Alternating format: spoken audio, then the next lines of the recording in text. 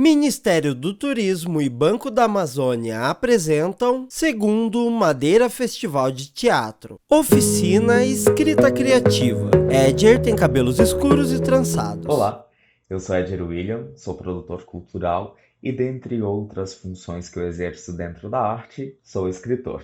Essa Pocket Oficina, inicialmente, foi programada para ser uma oficina interativa por meio da plataforma Zoom, através do projeto Segundo Madeira Festival de Teatro de Rondônia, que é um projeto realizado por meio da Lei de Incentivo Federal, uma iniciativa da Zenital Produções e patrocínio do Banco da Amazônia, realização da Secretaria Especial de Cultura, Ministério do Turismo e Governo Federal. Todavia, contudo, entretanto, apesar de termos recebido inscrições para participar da oficina, como a oficina foi realizada em horário comercial, acreditamos que seja esse motivo, as pessoas que se inscreveram não participaram. Então, nós decidimos realizar aqui uma síntese da oficina, né, para que mais pessoas tenham acesso a esse conteúdo e para que, de algum modo, essa ação, que é uma ação de contrapartida do projeto, né, ela se reverbere em pessoas que querem aprender ou querem desenvolver uma escrita criativa. A primeira coisa que a gente tem que entender sobre a escrita é que só escrevemos a partir do exercício da escrita. Nós só melhoramos e aprimoramos e escrevemos bem se escrevermos muito. Eu tenho um exemplo muito vivo na minha cabeça, na minha mente, né, de um escritor que é o Oscar Wilde, que escreveu muitas coisas, escreveu muitas peças de teatro, né, já que essa oficina é uma contrapartida de um evento de espetáculos teatrais.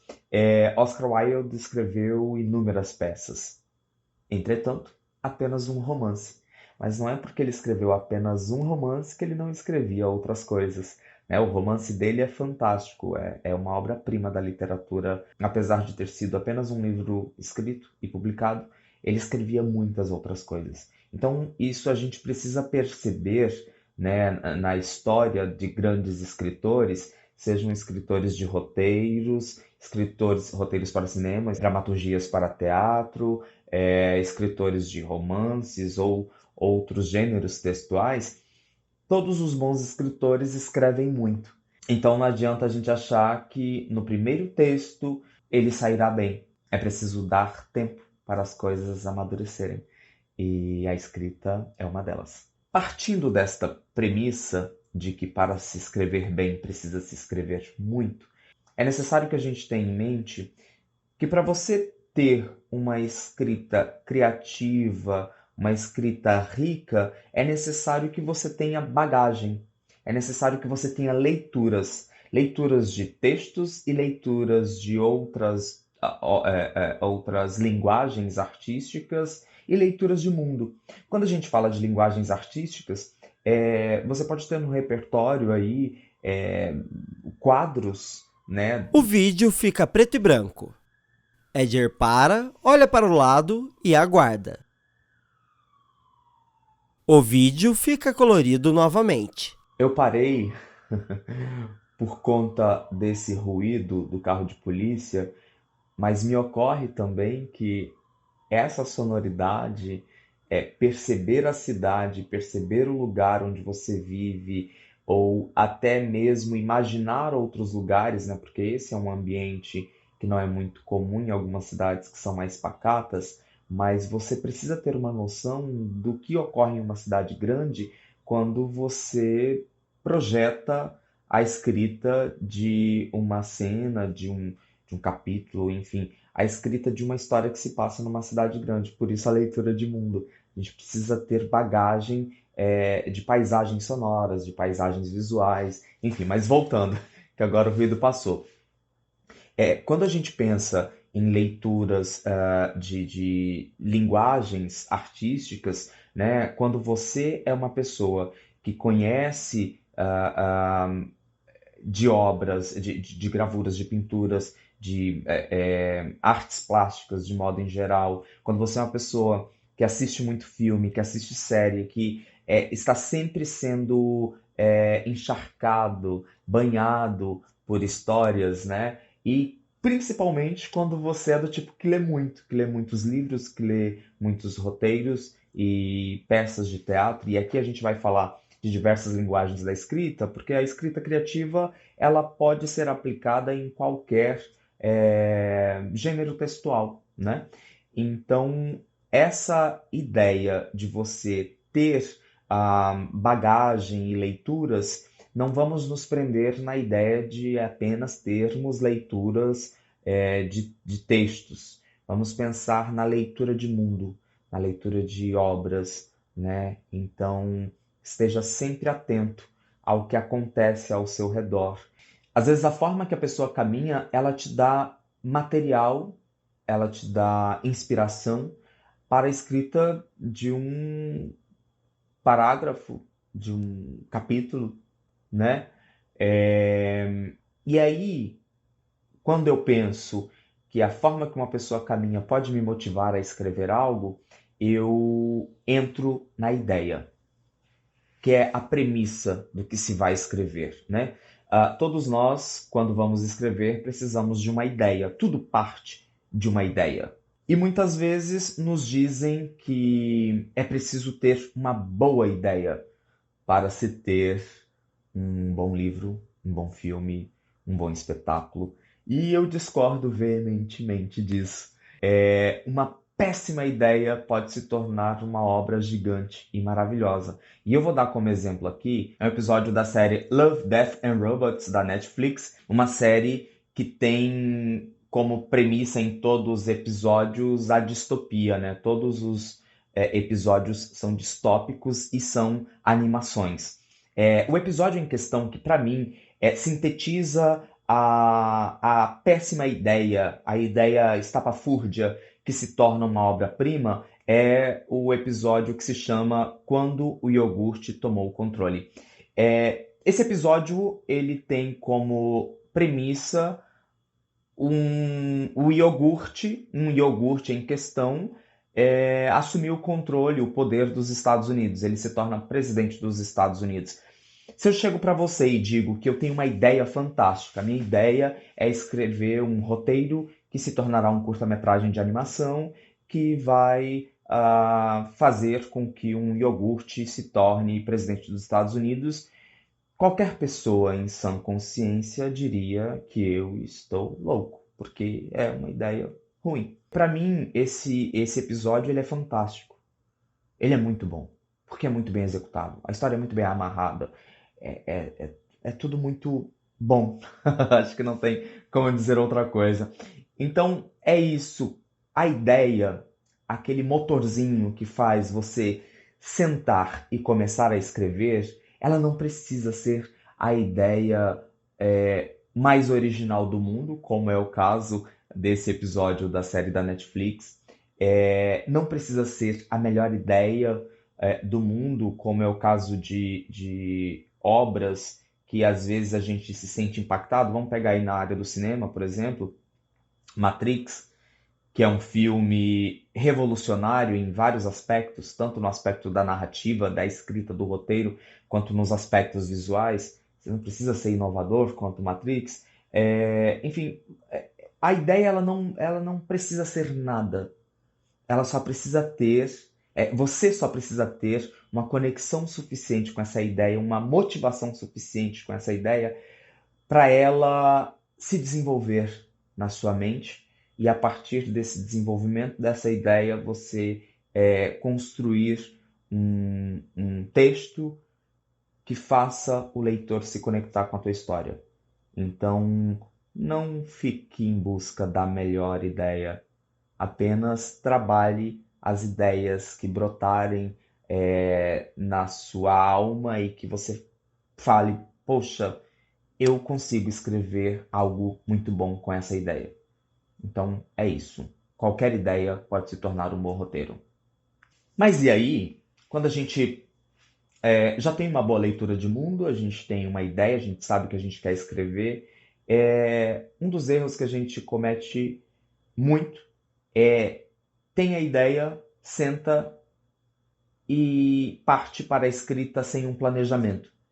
É, eu já deixei muitas ideias morrerem por não planejar a minha escrita. Eu tenho vários e vários livros que, quando eu era mais jovem, eu começava a escrever sem ter um planejamento e a história morria. E aí, o que é esse planejamento?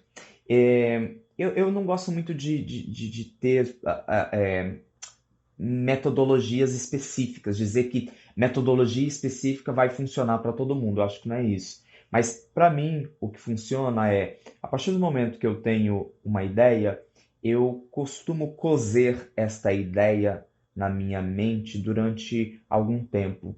Isso dura uma semana, 2 semanas. Esse é o meu processo. E aí eu fico ali cozendo essa ideia, pensando nos personagens, pensando em como a história começa e como ela pode terminar. Então, esse é o primeiro passo para mim desse processo da escrita. O processo para mim da escrita ele começa antes, bem antes, é quando eu estou ali pensando naquela ideia. Quando eu encontro o momento em que, poxa, eu sei onde meu personagem principal ou minha personagem principal começa a sua trajetória e sei onde ela termina ou ele termina. Aí eu sento para escrever uma sinopse ou um resumo dessa história.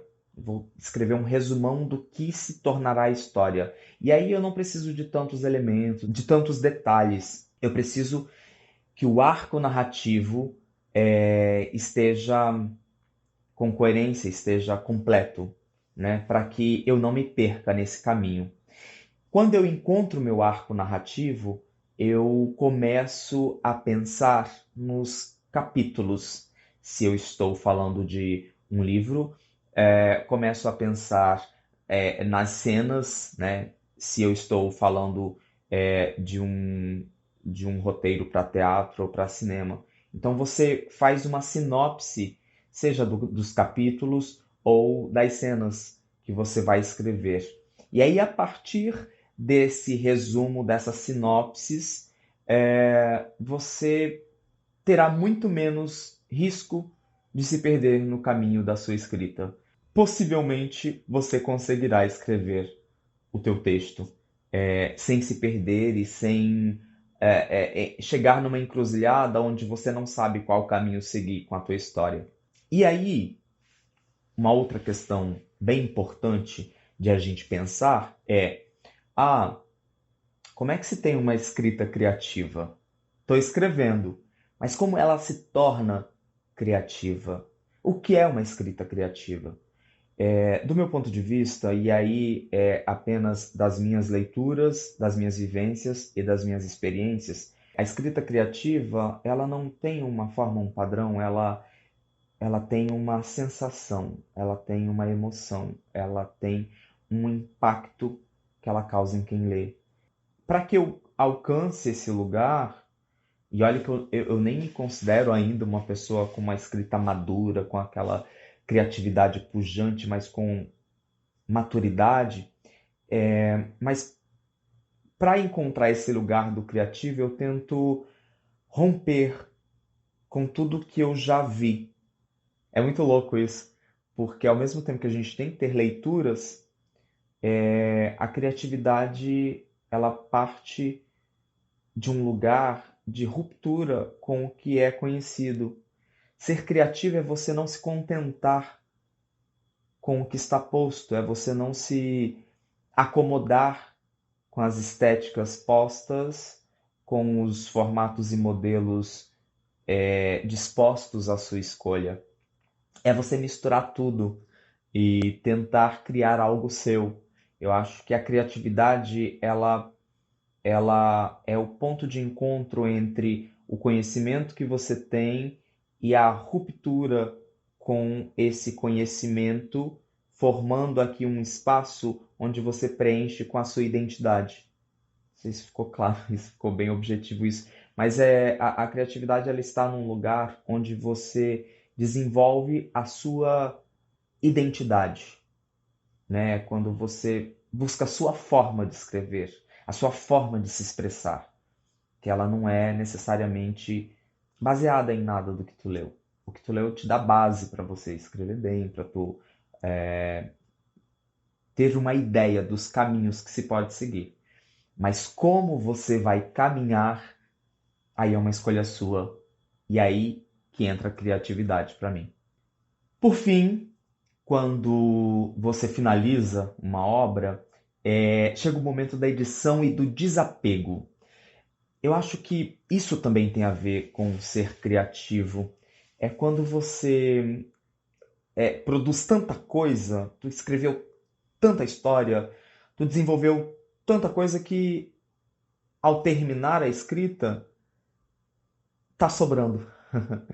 E aí você vai editando, você vai tirando, e às vezes quando você tira algo, você tem que colocar outro, e quando você coloca outra coisa, te dá gatilhos para ir ajustando e costurando a sua história.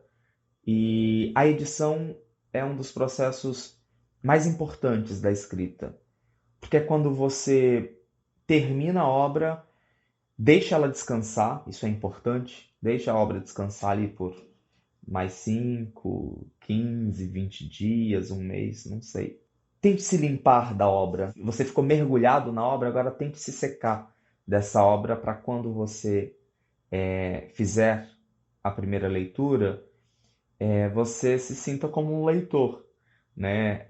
Encontrando com a obra pela primeira vez, né? Eu acho que isso é legal também, esse processo, porque daí você consegue ter um certo afastamento para ter uma autocrítica do trabalho. E nesse processo de edição também é importante mandar para pessoas em quem você confia, para que essas pessoas deem um feedback para vocês. E a partir desses feedbacks, a partir da autocrítica, você costurar o texto para que ele tenha corpo, coerência e paixão, para que as pessoas que forem ler você se conectem com o que tu decidiu apresentar a elas. Bem, essa é uma síntese do que nós programamos para esta, que seria uma oficina e teria ações interativas, mas aqui nós fizemos uma exposição para que pessoas tenham acesso a um conteúdo que é básico, que é simples, mas que às vezes a gente acaba não percebendo que na simplicidade está a força motriz que nos faz seguir adiante. Então, eu espero ter contribuído com vocês. E em nome da Lei de Incentivo Federal à Cultura, da Zenital Produções, que é a idealizadora do Segunda Madeira Festival de Teatro, e em nome do Banco da Amazônia, que é o nosso patrocinador, e da Secretaria Especial de Cultura, Ministério do Turismo e Governo Federal, eu agradeço a todos e todas que acompanharam essa Pocket Oficina.